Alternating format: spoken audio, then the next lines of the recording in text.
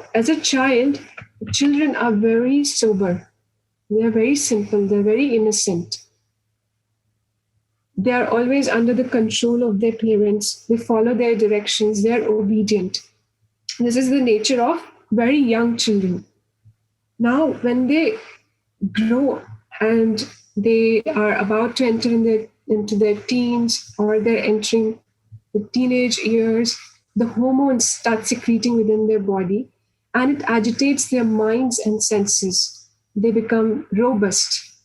In the sense, if you've ever seen a calf, then calf has the tendency that when it is left by itself, it frolics, it jumps, frolics. It's very difficult to catch it then. Similarly, the tendency to frolic comes in teenage years. Because so far we have been under the strict shelter of our parents. Now you want to go and explore out the world. You want to frolic. It's very difficult to capture. So that is what Bhaktisiddhanta Saraswati Thakur is saying, that by nature the living entity is sober. So child is sober. But when they attain this material body, they are tormented by this very material body in the form of hormones, in the form of secretions that take place, in the form of mind which gets agitated. So we are tormented. So that is immaturity. So now, in those teenage years, the individual has lots of energy, lots of enthusiasm, lots of strength in the body also. And therefore, they have this tendency to get into wrong habits, addictions, attraction to the opposite sex, exploring the world, exploring what is there on the internet, what is available, what they can explore. They have this tendency. Now, if this tendency is not channelized properly, then it's very difficult to control and can become dangerous also. Sometimes youth spoil their lives. When the senses are very uncontrolled, they can spoil their lives. Somebody wants to say smoke cigarette, they get into that habit. They want to drink alcohol. What does the taste of the wine is? So all that inquisitiveness is there. And if it's not channelized, then it can be detrimental to that individual's life. So what do we do now? So Bhaktisiddhanta Saraswati Thakur explains that all we have to do is, I will just read the exact thing. It is a little complicated, but then we'll simplify. The only effective way to protect children from becoming contaminated by sensuality is to engage them in Krishna conscious activities, not just restrict them. Shastra says devotional service is the only protection.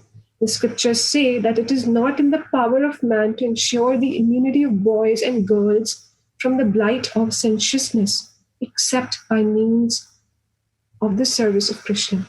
This is declared to be the only effective and natural method. Let the boys be exposed. This is a very beautiful line. Let the boys be exposed to the attraction of the cowherd boys of Raja. By engaging in service, they will gain attraction to Krishna. They will soon learn to pick up his company. They will easily realize that Krishna can alone save them from every form of danger to which they are exposed by the right of juvenile nature. So this is what Bhaktisiddhanta Saraswati Thakur explains. So we got to simplify it. So it means that we have to train our children from the very beginning in unadulterated, unalloyed devotional service to Krishna. Should not expose them to a lot of other things except for Krishna consciousness, because then they learn to take full shelter of Krishna. So as Prahlad Maharaj says, Kumar Achari Pragya. That means start from very early age. So if we start from very, very tender age and give them Krishna consciousness, then their senses won't be agitated when they come to that stage. They will always take shelter of Krishna. They will understand, oh, my mind is disturbing me. My senses are disturbing me. So Bhaktisiddhanta Saraswati Thakur is saying that they will take shelter of Krishna. They will ask for help from Krishna because they know that this juvenile nature is troubling me. And so therefore, all we have to do is expose them to the pastimes of the cowherd boys of Braja, and that will keep them in check.